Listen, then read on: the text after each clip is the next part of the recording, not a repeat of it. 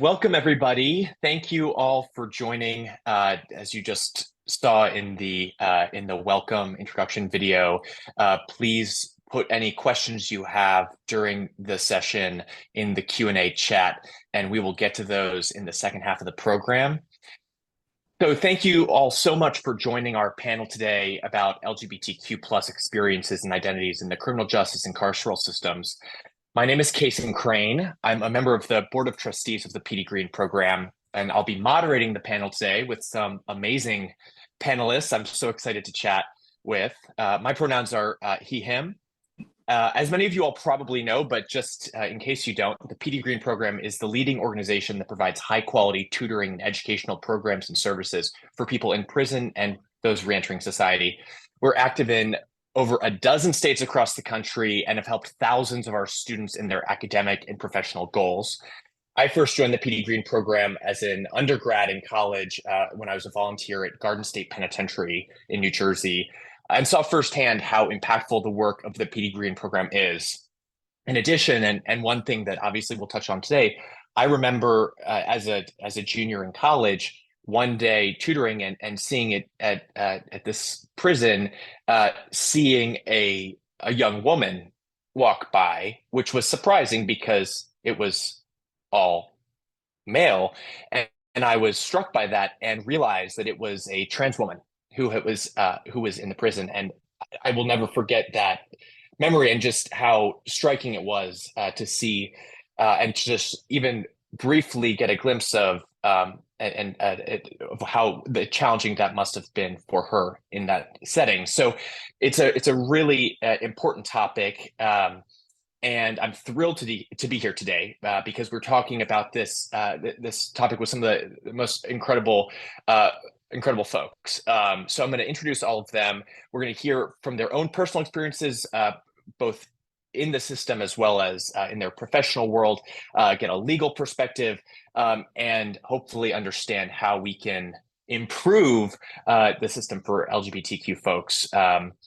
So I'm going to introduce one of our panelists who has not joined yet and might not join, but just in case he does, I'm going to give you some background on him. His name is Michael Cox. He uses he, him pronouns.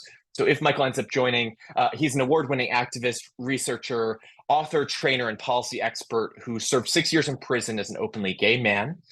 He's drafted and lobbied for several new laws to reduce criminalization of LGBTQ folks, and in 2018 was appointed to serve as on a commission to study LGBTQ prisoners. In 2021, he opened a home for people who are transgender and formerly incarcerated, and currently he serves as the executive director for Black and Pink Massachusetts and principal consultant at Strategies for Liberation.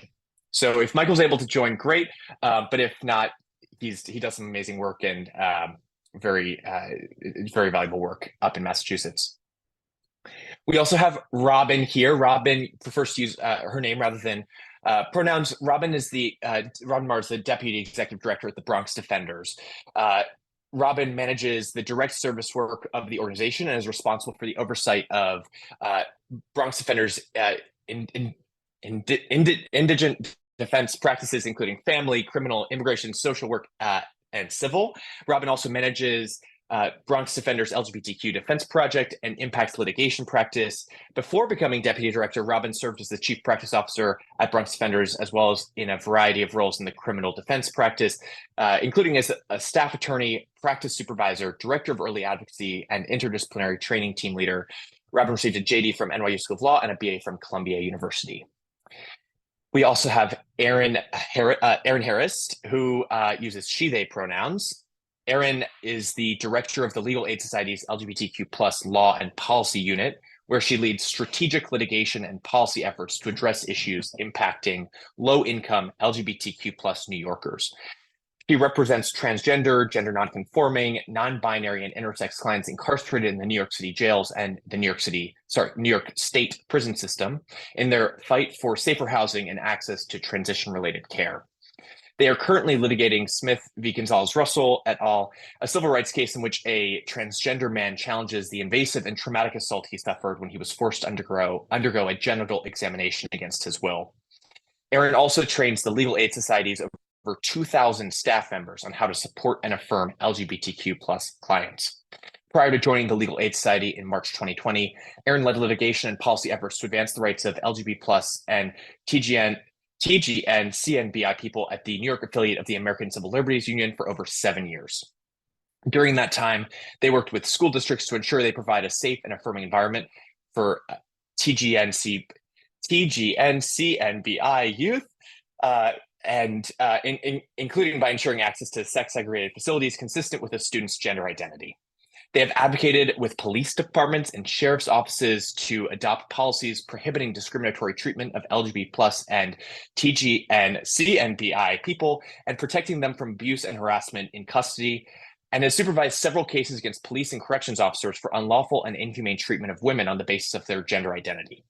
In addition to her work on LGBT plus and TGN-CNBI rights, Erin has also led litigation establishing that farm workers have a right to organize under the New York State Constitution and holding police departments accountable for the use of excessive force against minors. Erin also graduated from Columbia College in 2002 and received her JD from Columbia Law School in 2007. Last but certainly not least, we have Helen Skipper, who goes by Skip and uses she, they, queen pronouns. Skip, as she prefers to be called, has been working in peer support since her final release from years of multiple incarcerations and systems involvement in 2007. In her professional persona, she transitioned out of the senior manager of peer services position at the New York City Criminal Justice Agency, where she was intentional in creating space for individuals with lived experiences in her new journey as executive director of the New York City Justice Peer Initiative in March 2022. She is a recognized and well-known subject matter expert and is a frequent consultant nationwide on developing pathways for employment of justice-involved peers, designing and implementing programming and lived experiences inclusion. Skip is a peer CIT trainer for the NYPD and replicates that role for the NYC Be Heard program. She's a consultant at Urban Institute, where she sits on several research initiatives representing community voices and lived experiences. A Behind the Bars 2021 fellow, she's also a Columbia University Justice and Education Scholar, while maintaining a 3.5 GPA at St. Francis College, majoring in criminal justice, where she's the first Justice Initiatives program participant to be invited to join the honor class, a former student representative, and now a graduated with honors alumnus. She's now in grad school at John Jay College of Criminal Justice, pursuing a Master of Arts in Criminology, moving towards a terminal PhD as a criminologist and a Bard Public Health Fellow. Her criminology work includes acceptance into the American Society of Criminology, where she has presented her original scholarship at the annual conference for the last 2 years.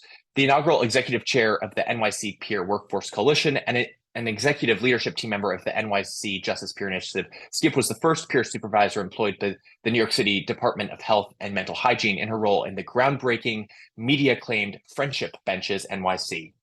In 2022, Skip and Cases, in a joint application, were one of 10 final winners of the SAM HSA Recovery Innovation Challenge, and she also became the first recipient of College and Community Fellowship's Rising Star Award, along with Color Magazine's Wellness Innovator Award and Alternatives 2022 Cookie Gant and Bill Compton LGBTQIA+ Leadership Awards.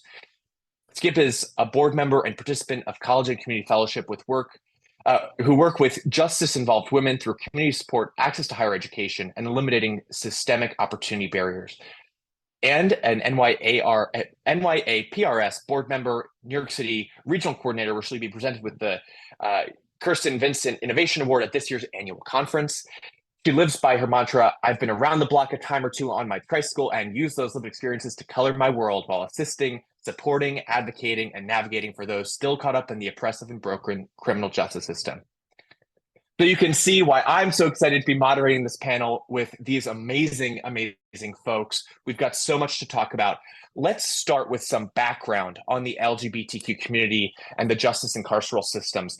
Erin, would you mind walking us through some of the slides that you brought to illuminate how LGBTQ plus people are overrepresented in our criminal justice system? Absolutely. Thank you so much, Kaysen. Nice to be here with you all today, this evening. I just put together a couple of slides that have some relatively recent information about how criminalization and over-incarceration impact LGBTQ plus youth and adults. This information is taken from a really, really great survey that just came out from Lambda Legal called Protected and Served from 2022. It was an update to their 2012 survey, which has been really, really helpful in advocacy around these issues. So just to go through some of them, nearly half of the survey respondents in 2022 who had contact with police who are LGBTQ plus reported that police engaged in misconduct ranging from accusing them of a crime they were not involved in, verbally assaulting them, or sexually harassing them. And I'm sure we'll be talking more tonight about some examples of how we see this happening in our community. 35% of those survey respondents who were in court and having to be involved in the criminal law system were subjected to derogatory language based on their sexual orientation, gender identity, gender expression, or HIV plus status, which unfortunately this is a national survey, but I can tell you that this occurs in New York City as well as New York State. LGBTQ plus adults are incarcerated at 3 times the rate of the total adult population. This information is found in a really great report called Incarcerated LGBTQ plus Youth and Adults by the Sentencing Project that came out in 2022 as well. That has a lot of other great data if you're interested in more stats on this topic. And I think something that's really important to note is LGBTQ plus youth representation among the incarcerated population is double their share of the general population. I'm sure we will talk about why that is and hopefully what can be done about it. If we go to the next slide. So I just want to focus a little in on New York State, where most of my advocacy is done. This information is from a really impactful survey that the Sylvia Rivera Law Project did, which is an amazing New York City-based trans-led organization that works in the New York State prison system on advocacy and policy. And their survey results are just extremely disturbing, but also very consistent with my experience working directly with TGNC NBI, that's transgender, gender nonconforming, non-binary, and intersex people who are both in the New York City jails and in the New York State prison system. So 80% of the survey respondents experienced at least one physical assault by corrections officers, and 75% reported at least one instance of sexual violence. Many people have more than one instance of physical assault and sexual violence by corrections officers.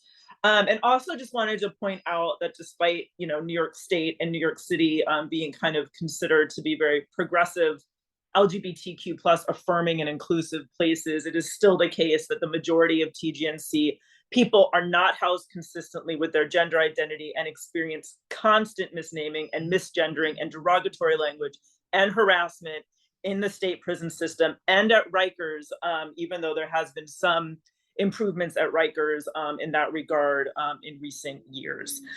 So happy to share those reports out with people. They're really, really helpful for learning more about this topic. Helpful, but also, as you said, sort of horrifying, Erin, to see how pervasive the issues are.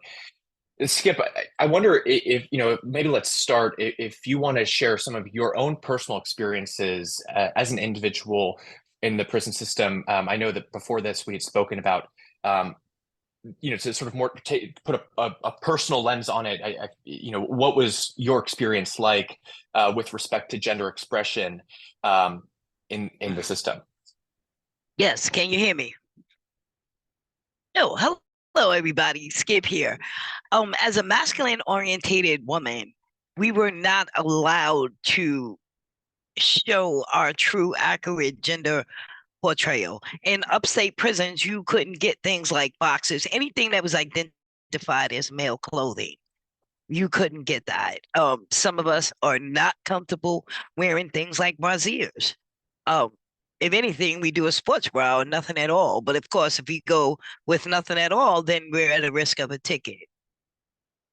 But these few items, which would really have done wonders in the harms and traumatizations that we experience as we walk in our own true selves, in our own true skins. These are just small things. They're minute things to people, but they mean a lot to us. I haven't put on a dress since my dad died, and I'm 57, and he died close to 28 years ago. So that's not me. And can you imagine that not being me and me being in spaces where I'm made to wear a dress or a skirt or something like that when I'm more comfortable in pants. At the end of the And day, who we are is who we are. You can't can beat you it out of us. can you explain to the audience when you say you risk getting a ticket? Can you explain that? Okay, a ticket in upstate New York is a disciplinary action, and it can range from anywhere punitively from loss of rec, loss of commissary, all the way up to keep lock, which is locked 23 hours without movement outside of your cubicle or cell, depending on where your housing area is. Um, and these disciplinary tickets actually follow you throughout the course of your stay in incarceration and go with you to the parole board, who ultimately decides your fate on whether to release you or hold you for a couple of more months or whatever. And these disciplinary tickets, they mean something. They could take away my date, so you're struggling to conform, but it's just so traumatizing. And then to get written up for something like that. I remember one time only pregnant women were given sweatpants, and one went home, and I traded some stuff with her and got the sweatpants. And even though I wore them under my uniforms, because you couldn't get boxers, you couldn't get long johns, and we're talking about upstate New York. It gets very, very cold up there. And if you did be fortunate to have family support, the long johns you had to get were of the female variety with the scallop neck with the little lace around it. Yeah, they were cute, but absolutely useless. And they didn't come in the bigger sizes, and I've always been a big old girl, so I really feel more comfortable in a male size that I know I can fit, but I couldn't get that. So I bought the sweatpants and I wore them under my uniform. Literally, we're up there near Buffalo, and the wind is howling and it's cold, and I wore them under my greens, but I got strip searched, and it was, why did I have them on? You're not allowed to have these. When I try to explain and really be not general, but didn't have to get general because I didn't feel like you were really hearing me, I still got a ticket. I still experience keep lock for having unauthorized, I forget the exact language, but it was unauthorized, non-gender specific items of clothing. Wow, that's Yeah. horrifying. Aaron and Robin, what Skip mentioned Keep Lock and the experience there. I wonder, could you share more about the unique challenges with respect to housing or isolation facing LGBT plus as well as trans and gender non-conforming, non-binary, etc. folks in the prison system from your perspectives? Yeah, sure. I'm happy to jump in. So hey everybody, happy to be here.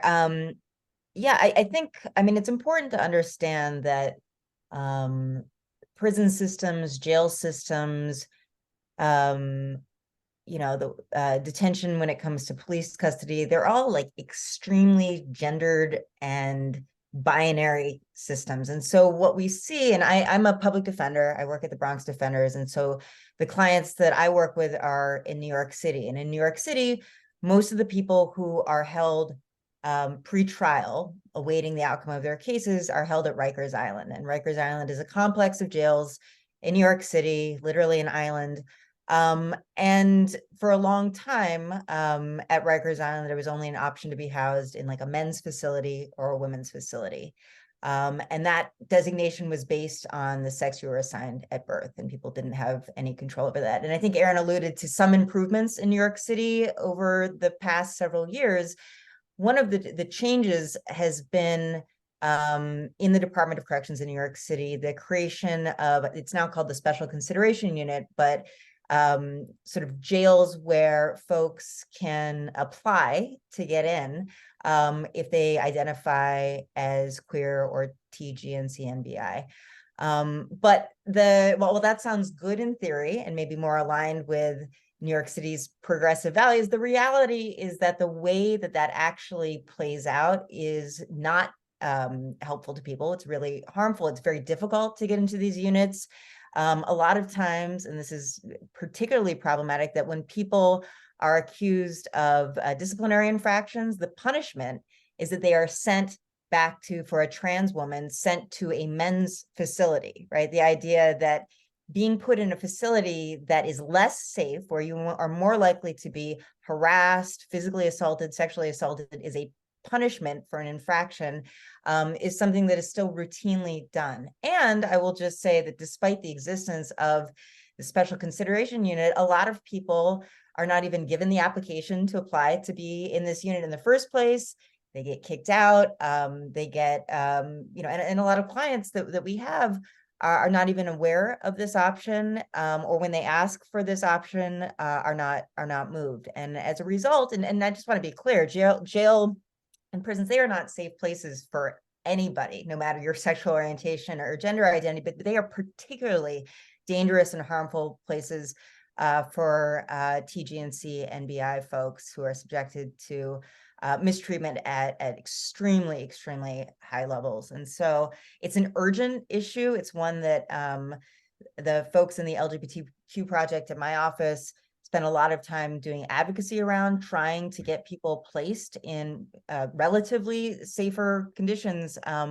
But the bureaucracy and the tolerance for homophobia and transphobia by the Department of Correction, by the NYPD, is rampant, unfortunately. And everything from, like I said, serious assaults to just incessant sort of microaggressions, misnaming people, misgendering people, is the reality of the lived experiences of a lot of people that we work with. We did get one question. Are they closing the Rosie dorm on Rikers Island? I'm not familiar with it. I mean, Aaron, you may have more recent information, but so Rosie's, or Roseum Singer Center, is the one jail that is a female designated jail on Rikers Island. And so right now, anybody in New York City who is arrested and being detained pretrial, and also people who are back in the city on parole violations, who identify as women, are placed at Rosie's. So I haven't heard of a plan to close it completely. Although during the pandemic, there was a time when they closed Rosie's temporarily and moved everybody to an upstate prison, which was a disaster into itself, because people didn't have access to their families and their legal teams and the programming and support and healthcare that they needed. So that's what I know about that issue. And I was just going to jump in and say something that I thought I was thinking about when Skip was talking about this discipline, because something we're seeing a lot of right now is kind of two things, and it happens all the time in New York City and then the New York State prison system, where people are penalized for having to defend themselves because they're being targeted by either other incarcerated people or corrections officers, and that they get these very serious tickets, which are, Skip was talking about, these tier 3 tickets that can really hurt your chances for parole, which is why we try to put as much resources to parole advocacy, because I do think that can be really helpful to have people on your side when you're trying to make your case, and to help explain why those tier 3 tickets should not be treated the way that they're usually treated.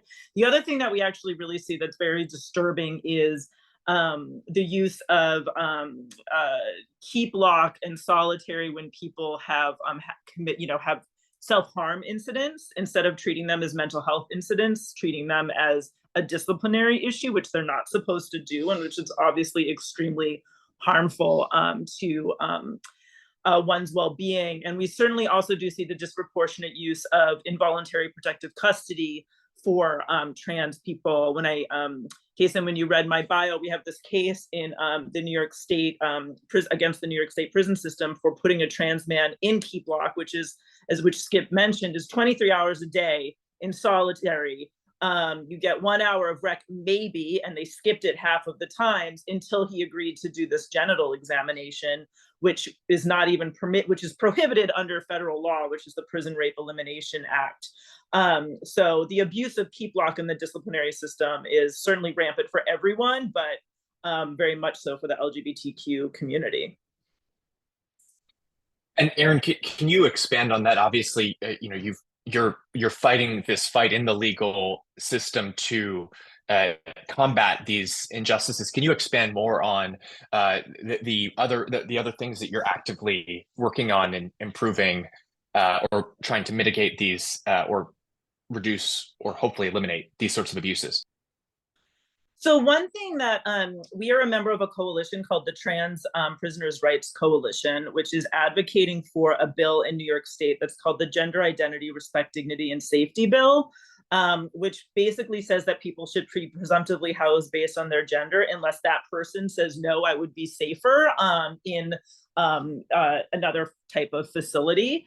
It is in its early stages. There's a lot of pushback in New York State around this type of kind of basic equity bill to allow people to be as safe as possible. And again, want to reemphasize what Robin was saying, that these are not safe spaces for anyone. There is also a similar local bill that we are now calling Intro 728 in the city council in New York City, that is similar to that, but a little bit more tailored to what the Department of Correction, how they operate. And I'll also just mention that our coalition is very much, we have a newsletter that goes to all TGNC NBI people we are in touch with in the New York City and New York jail system to make sure that, our advocacy is led by people who are inside and having them, be the key part of telling us what needs to get done to improve safety for people inside to the degree we can. So those are a couple of things that we're working on actively. Wow. That's really great work. I mean, keep up. I hope that you succeed in winning those fights.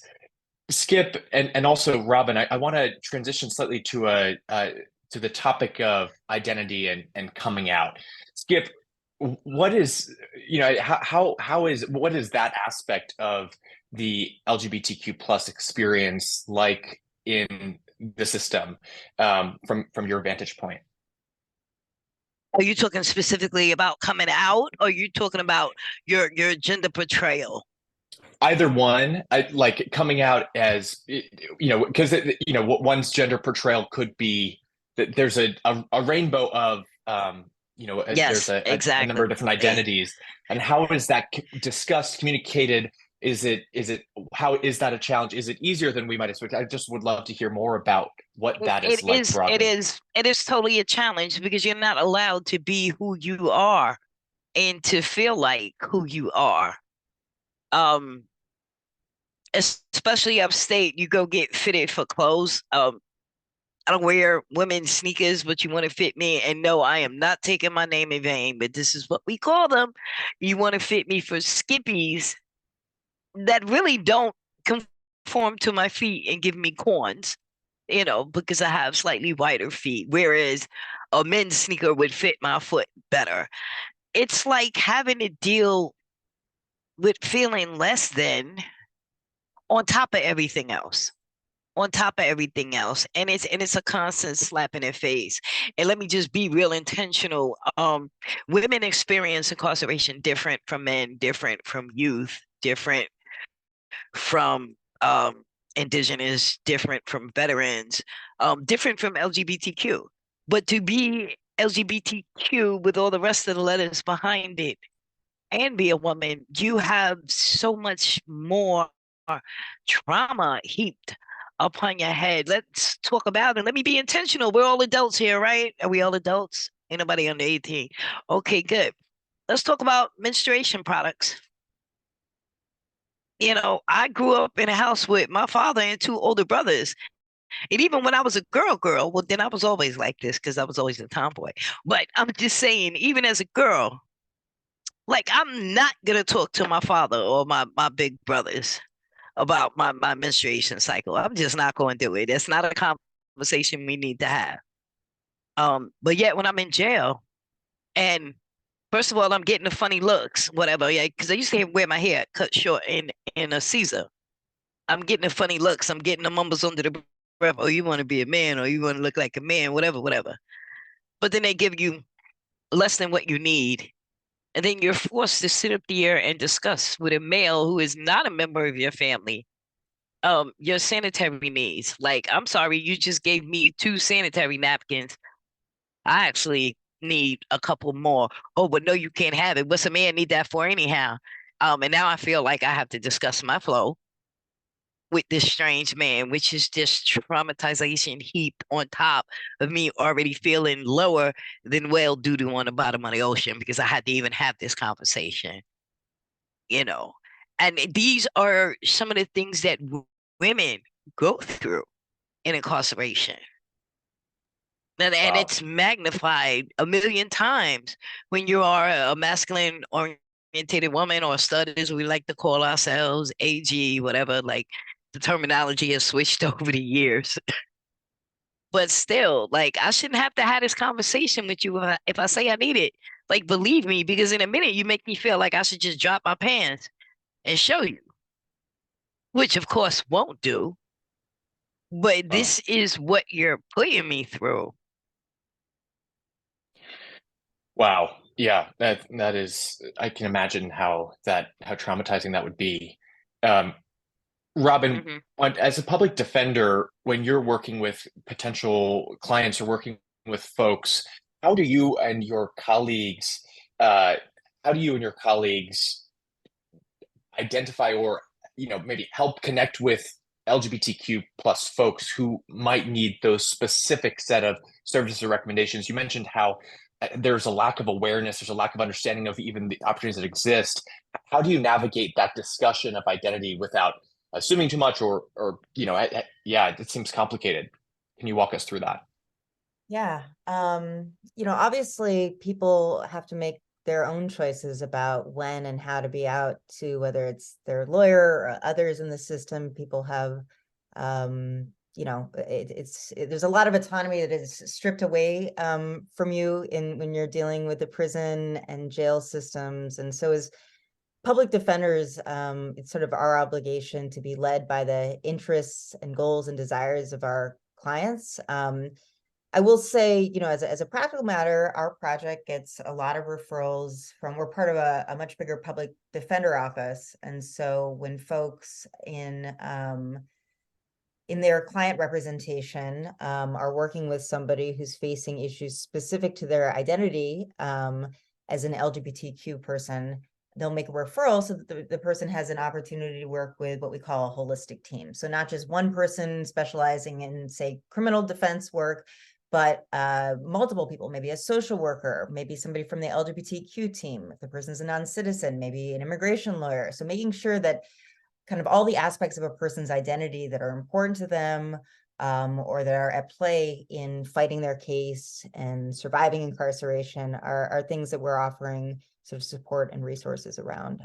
We also try to be a resource to other offices inside and outside of New York City in terms of doing trainings with other public defender offices, with the federal defender on cultural competency and cultural humility. Both in thinking about how people kind of relate to and interact with their clients, but also to understanding what kind of advocacy you can do around making sure, for example, that somebody is put in gender-aligned housing. So, we're trying to get kind of the word out about our project and the importance of lawyers and non-lawyer advocates being trained in working particularly with this population of clients. And as Aaron said, is like the stats on the first page on the PowerPoint showed, LGBTQ folks are overrepresented at basically every stage of the criminal, legal, and punishment systems. And so we saw the stat that said folks are 3 times as likely to be incarcerated. I think the statistic is that people are at least 2 times more likely to be arrested in the first place. So people are entering the system disproportionately, and then they are being punished and sent to upstate prison and receiving incarceratory sentences at a higher rate than other people. And if it's okay, I wanted to share one story of, it kind of illustrates how people's identities can make them a target of surveillance and policing and over policing and kind of funnel them into these systems. So I wanted to share the story of a client who worked with my office and Erin's former office and a few other advocates. Her name is Linda Dominguez, and she has talked publicly and shared her story in the hopes that her experience would help other people avoid going through what she went through. And so for Miss Dominguez, who is a trans woman, she had changed her name legally in 2017 to better align with her gender identity. And in 2018, she was in the Bronx and she was walking home from a bus stop, and she cut through a park, and 3 NYPD officers approached her. Ms. Dominguez is a Spanish speaker. The cops were not Spanish speakers. So there was communication issues from jump, and they asked her for her name, and she gave her previous legal name because she thought she was supposed to give them that name. They arrested her for cutting through the park after hours. And I will just note, that is not a type of thing that people in richer, whiter communities get arrested for, cutting through a park after dark. So it is very much a targeting of low-income communities of color. Ms. Dominguez was walking through the park. They take her to the 44th precinct. They found a Spanish-speaking officer, and at that point, she gave both her former name and her current legal name. She explained that she had legally changed her name because she is a transgender woman. And the police put her in her cell by herself overnight, held her. They sort of mocked her. They left pink handcuffs on her the whole time, which is really uncomfortable to be in handcuffs for, overnight while you're in a cell. They called her by male pronouns. They used her former name, just harassing her repeatedly. And then ultimately, she was charged with criminal trespass for cutting through the park, and also a misdemeanor called false personation. And that's a crime that's supposed to require that a person knowingly misrepresented their name with an intent to prevent the police from discovering their true identity, which was not at all what happened, but they twisted the fact that she was a trans woman into this, class A misdemeanor. And so she had to deal with being held, with fighting the case. Ultimately, the case was resolved in her favor. And then with the help of other advocates, she brought a lawsuit to bring more attention to this mistreatment and to what she had experienced. She won a settlement, and under the terms of the settlement, the NYPD committed to redistribution of its guidance on protocols and interactions with transgender and gender nonconforming people throughout the entire department, and specifically to retrain the officers in the 44th precinct, which is where Ms. Dominguez was arrested. So she did fight back. She, ultimately was like in the press about it, wanted to bring awareness to this issue. I will say though, unfortunately, the issue of the NYPD and officers on the ground not following the rules, being trained, and then just repeatedly ignoring the training is pervasive. I don't know that I've ever worked with a transgender nonconforming client who hasn't experienced some amount of mistreatment or abuse in their interactions with the police. And so it's just important, you can, as a lawyer, I think it's important to remember, you can have all the laws, all the policies that you want in the world, but if the lived experience of people on the ground is not better and not changing, then our fight is not done. And it's important. And we're sort of in debt to people like Ms. Dominguez, who lift up these issues and will fight back and will call attention to this mistreatment. I just wanted to point out how common that is, to build off of what Robin was saying, where either a trans client will have called the police or be involved in something, and then they end up being the focus of law enforcement's attention, which is just pure bias and discrimination and transphobia. This happens so frequently that it's represented in the stats. I can tell you anecdotally, it happens all of the time, and it's a real problem, in addition to kind of the misnaming, the misgendering, the misplacement that follows through that whole system once you're entangled in it. Yeah, wow. But I mean, it's very powerful that she was that she decided to to speak so publicly and to raise awareness for that, because I'm sure, that one of the, for all of us listening, it's eye-opening to hear about these issues, and it's very powerful. Um, Skip, I mean, I guess Skip and Aaron and Robin, we've been speaking a lot about the challenges faced by LGBTQ plus individuals in the criminal justice system, and then in the carceral system. But I'd also like to hear about the process of re-entering society, and what sort of unique challenges face LGBTQ folks when they are re-entering society. And yeah, I'd love to hear about that. Um, the way I would put it is that, first of all, re-entering society for anyone who's justice impacted is full of barriers that you had to navigate, traumas that you have to relive, stigmas, discrimination. Then add everything else, your culture, your race, your gender identity, and it kind of like doubles and triples.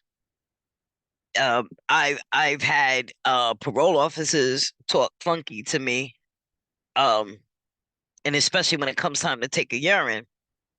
Oh, what you got on boxes? You don't know what panties are?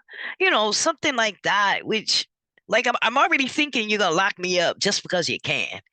You understand what I'm saying? And you just heap more on top of my head.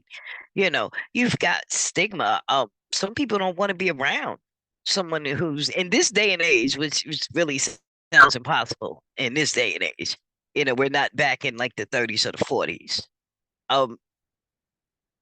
I've had a parole officer call for a male to take my urine. Like, are you serious?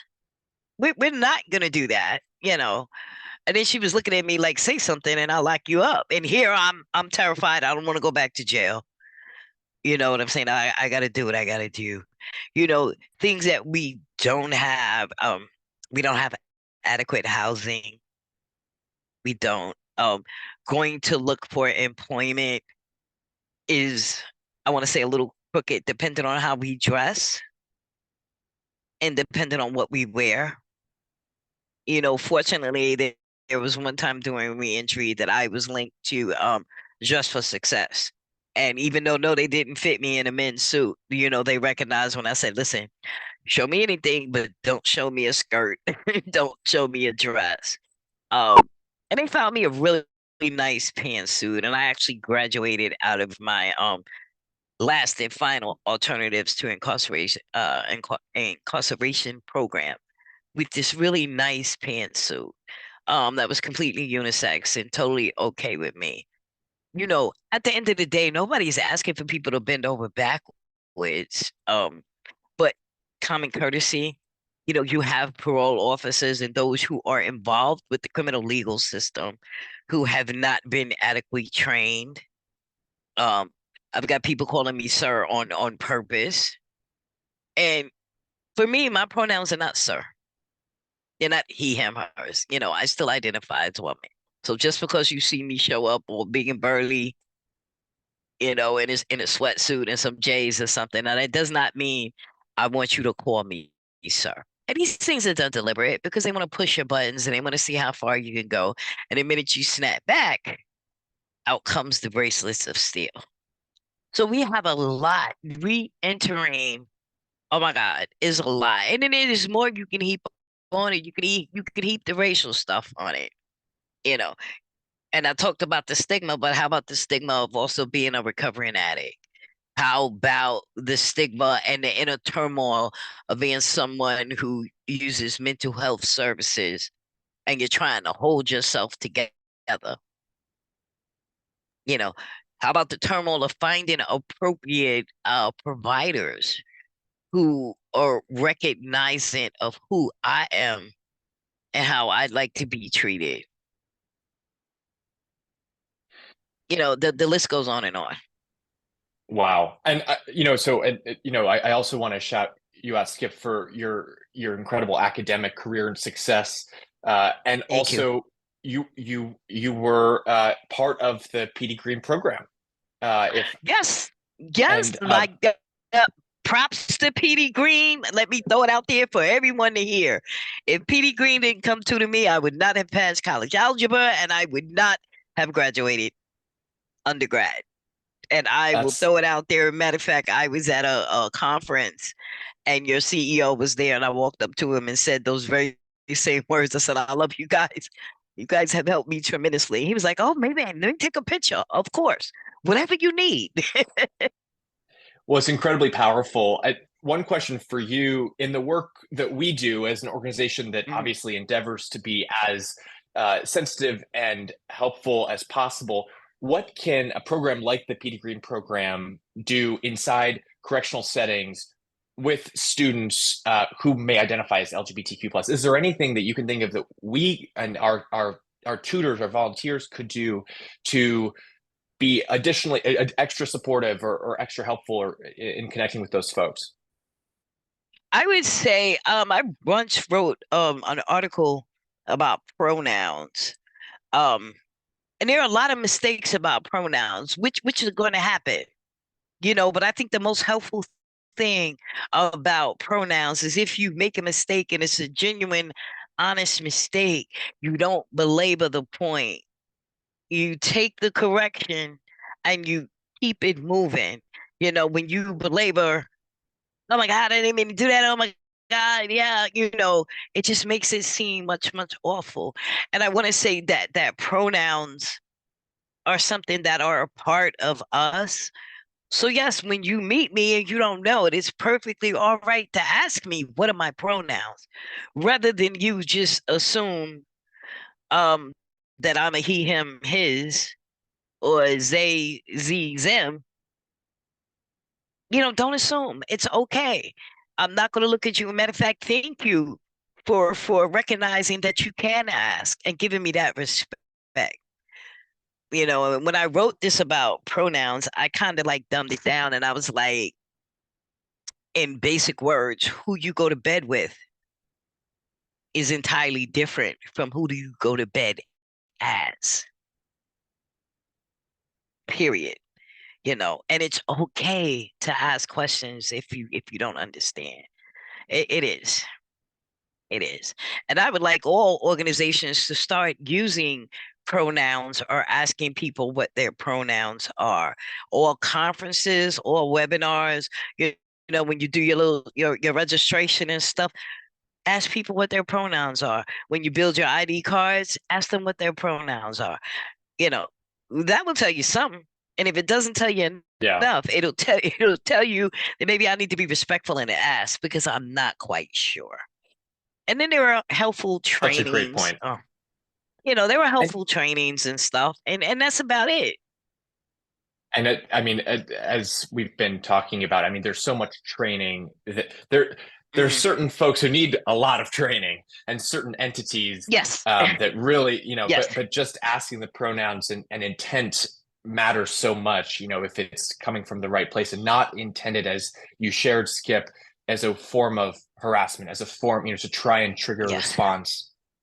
I'm Yes. wondering, And let's just make sure that all spaces and places are affirmative and friendly. As a member of the LGBTQ Reentry Task Force, we worked on some documentation to be sent out to organizations. How can you make your space affirming and friendly?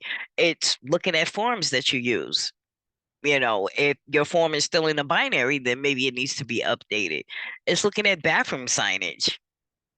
It could be something as simple as putting a coffee mug on a counter and sticking a little $5 hand flag in that, a little pride flag, and that's it. yeah, I've been in some places where the reception was not that good, and it was more traumatizing, and I will never refer anybody there again.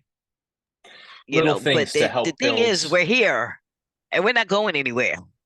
Yes. So work with us. These things that might seem small, helping to build a more inclusive system, so Mhm. important. Aaron, Skip mentioned some of the challenges that dealing with parole officers, for example.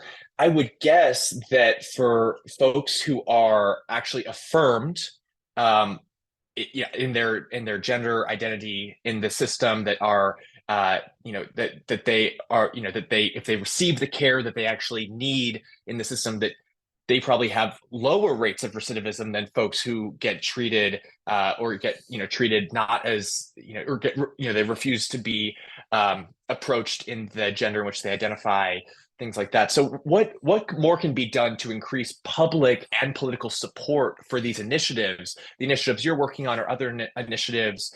There's obviously a lot of things on people's minds in today's day and age, but what can we do to drive more support for these critical issues and for these communities? Yeah, so I think it's really important that people hear directly from incarcerated people themselves about what their experiences are and have that education. Because I think, this prison system it's like hidden, right? Like you go upstate and it's really hard to see behind those walls and what it's actually like. And people need to understand how dangerous and harmful it is. I mean, the idea of being in an environment where on a day-to-day basis, your identity is denigrated and refused to be accepted, it's so damaging for your well-being and your mental state that it's really just completely unacceptable. And it really, the incidences of self-harm and suicide inside are not insubstantial. I mean, it's extremely concerning. So I think there has to be education around it. I also think that, especially in this era where we see so many anti-LGBTQ attacks across the country, there needs to be kind of more partnerships between all of the groups who are kind of split off into these silos of what we're fighting for, to kind of come together and be like, this is a racial justice issue. This is a gender identity issue. We are all people, and we stand against this kind of dehumanization of people based on, what drives criminalization, poverty, homelessness, and attacking it as a larger community, so that we're not kind of siloed off into these smaller issue areas, but that we can all come together and recognize that this is unacceptable. Such a great point. And on your first point, just to, again, a big thank you to Skip for sharing your own story and personal experiences, having the courage to do that with us and with so many others, because it is thanks to that courage that, as Aaron said, we're hopefully going to be able to make change. On a more positive note, Skip, Robin, Aaron, what are some of the positive developments? We've alluded to New York being better. I shudder to think about some of the other less progressive states in the country, but what are some of the, hopefully on a more positive note, what are some of the improvements that have been made on these topics and these issues? I'll give a small one. I mean, this isn't a small one; it's a big one for people who are seeking this type of medical care. But we are starting to see transition-related surgeries in the New York State docs system, which has been a long, hard fight for so many people on the inside. There's still a lot of waiting. There's still not enough surgeons, and right now it's mainly top surgeries. But I think that is something where we're actually seeing some victories for our clients, and it's really fantastic. Now that's really in the state prison system. The jail system is, and and I realized, like, well, you don't have that type of serious surgery in jail, which is what they always tell us is why they can't do it. But we know that people are in Rikers for years. And I think that is obviously a ridiculous excuse. And particularly when you're in a city that can provide this care. We have these surgeons available. We have these institutions available. It should be available to people who are inside and need this care for their well-being. And even that point, Aaron, that you just made about people being in Rikers for years speaks to the need for an intersectional approach to these challenges, because that itself should not be happening and compounds these other issues related to the LGBTQ plus community. Robin, I think, were you about to? Yeah, no, I was just going to say, on the point about advocates, directly impacted people, lawyers coming together, there has been more attention and scrutiny of the jail system in New York City in recent years. There have been city council hearings calling attention to the conditions that people face at Rikers. There was a fantastic report that was published by the LGBTQ task force. I think it was at the end of last year, and I can share the links to that. But there is a movement to bring more attention to these issues, and to get sort of support from the public, support from elected officials to bring more transparency and accountability to the system. So it's a long process. And, I was thinking, Skip, as you were talking about kind of the basic thing of pronouns, right? How that can just be an important way to show up when you're working with LGBTQ folks. I remember, the task force put together this report. It's over 100 pages, so nobody has to read the whole thing. There's a lot of good stuff in it, but one of the recommendations that the task force made was about encouraging correction officers to wear pronoun pins on their uniforms and to identify themselves and their pronouns when interacting with people. And the Department of Correction responded with a fairly short, dismissive response, but they specifically rejected that proposal, which to me, I'll emphasize that the wording of it was encourage staff to wear pronoun pins. And they said, we believe this should be a matter of choice and not compulsory. It said encourage. It didn't say it was required. It said that people so I just want to the system and the way that things kind of are stacked against people and the unwillingness of bureaucracies to change. I think that it really does require information from people who are directly experiencing things and being lifted up to people outside of, those of us who work in the system, to the public, to people with political power, to really say that this is not right and this has to change. Because I don't think ultimately for harmful, racist, punitive organizations like the Department of Corrections, that change is going to come from within or, a simple policy change on the books. It's got to be much more sort of seismic in terms of a transformation to be meaningful for the people who are impacted by this. Yeah, a seismic change, I think, is a great way of putting it. Each of you is involved in, the PD Green program is obviously an amazing organization, but you all are also involved in your own amazing organizations. For the folks on the call, how can they best personally get involved or support the work beyond the great work of the PD Green program, which is amazing? How can they best support the organizations you all are involved with beyond PD Green? Oh, if you guys don't want to answer, I can surely answer. Go for it. So I am the executive director of the New York City Justice Peer Initiative. We're here in New York. We are building a Justice Peer certification. I have already built that certification. It is lodged under the Academy of Peer Services. I'm now about ready to go into the community and have in-person trainings. You do not have to be a certified peer to sit for this training. This is just for anyone who is working with or wants to work with those who are justice involved. And I'll put my email in the chat. I'm building materials now, but the training is absolutely free. We're doing 2 types of trainings. We're looking for organizations throughout New York State. I don't know about Jersey. Well, we can do that too. But who want us to come in and train their organization, at least about 20 to 25 people. And we're also looking for host sites that we can host a training at and invite community members. And the training is free. There's no cost for the trainers. There's my staff. There is no cost for the materials. We have beautiful participant manuals. And there are 5 trainings that we can come in and do. Justice involved, peer support for justice involved persons, peer support for older persons, crisis response, health and wellness, and peer supervision. As a peer who's been working in the system since 2008, my first job as a peer specialist was at the Rainbow Heights Club.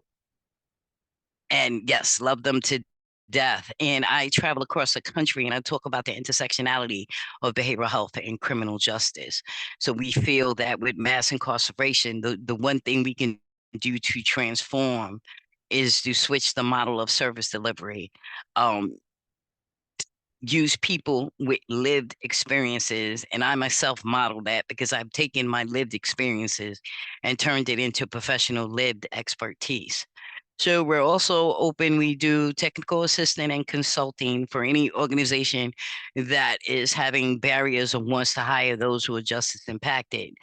And we help them navigate these barriers, help them build positions, help them look at simple things like accommodations.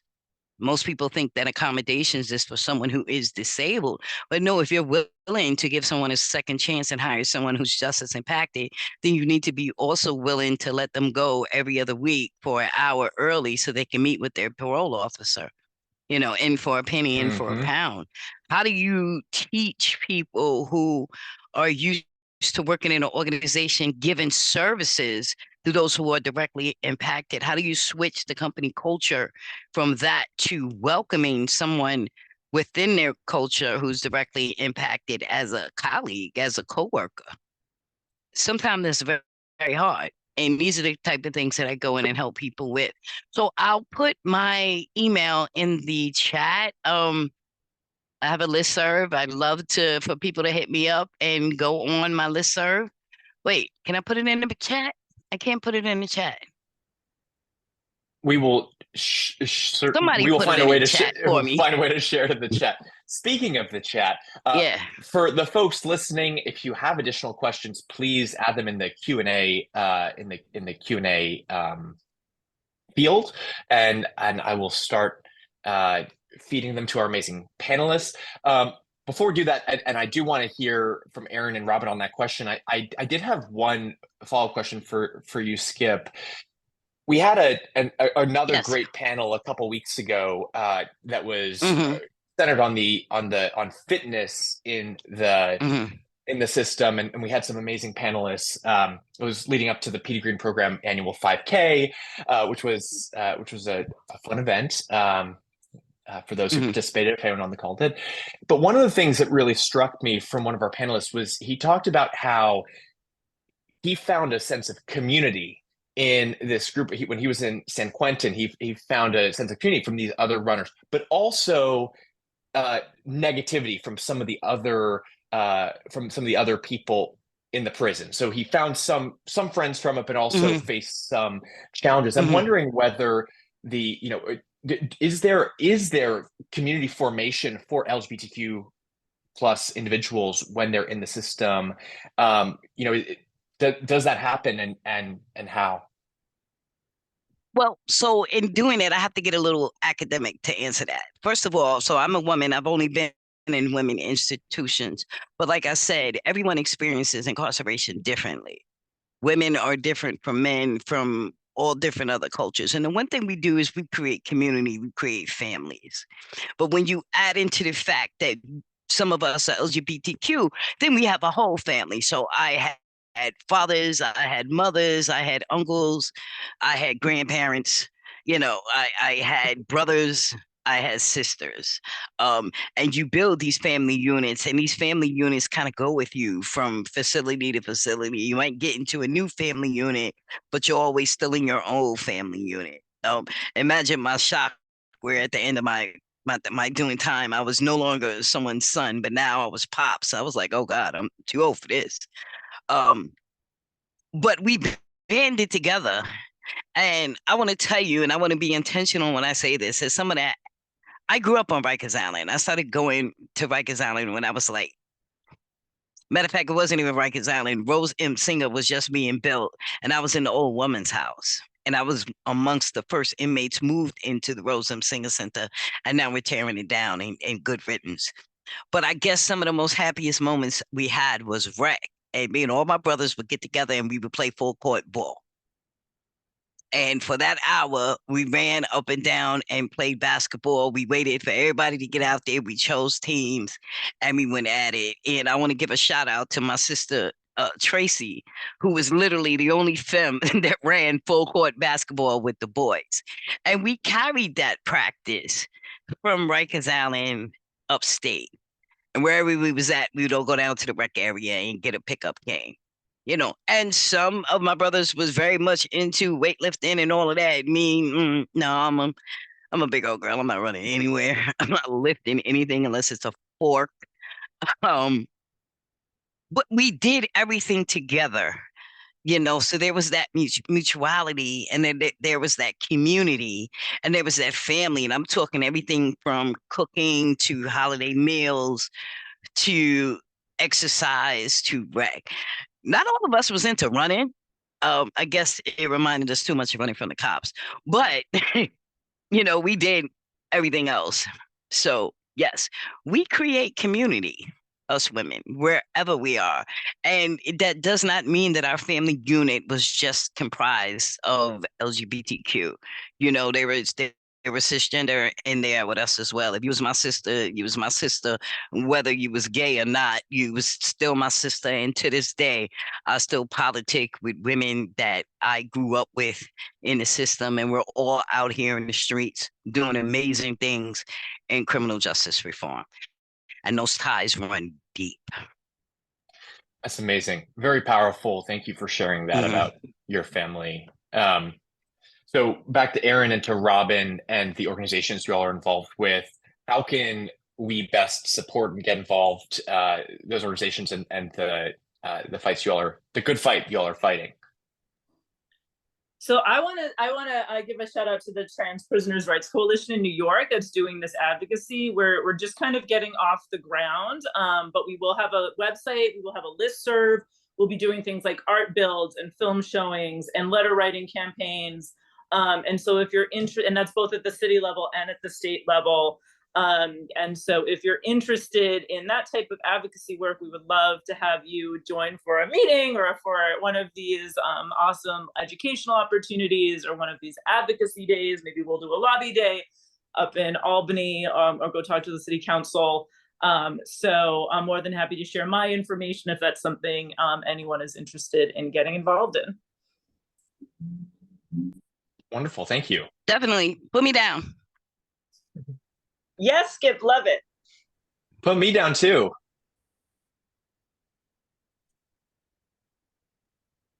Robin, what about you? Yeah. Like part of engagement is just awareness of education of, I think a lot of the injustices that we see in these systems are kind of opaque. They're hidden. And a lot of the people who are navigating these systems have been historically oppressed and silenced, and their stories have not been listened to. And so I think that,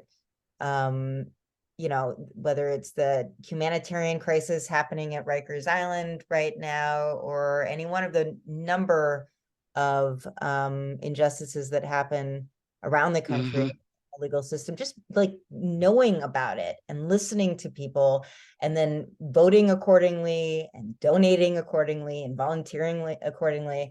And I'm going to follow Aaron's lead, which is to not talk about the organization that I work for full time, but about another organization that is a great partner to many of our clients, which is the Emergency Release Fund in New York City. And so this is New York City is one of the places in the country that still uses cash bail as a way to kind of hold people ransom while they are trying to fight their cases. And so incarceration pretrial is based on poverty. Essentially, you can buy your freedom, but if you're poor, you're stuck inside fighting your case, usually taking a worse plea or a worse deal, and obviously dealing with the trauma of being incarcerated. And so around the country, there have been efforts by community groups to create community bail funds, which is basically individual donations where people pool their money and they bail folks out, not just people that they know,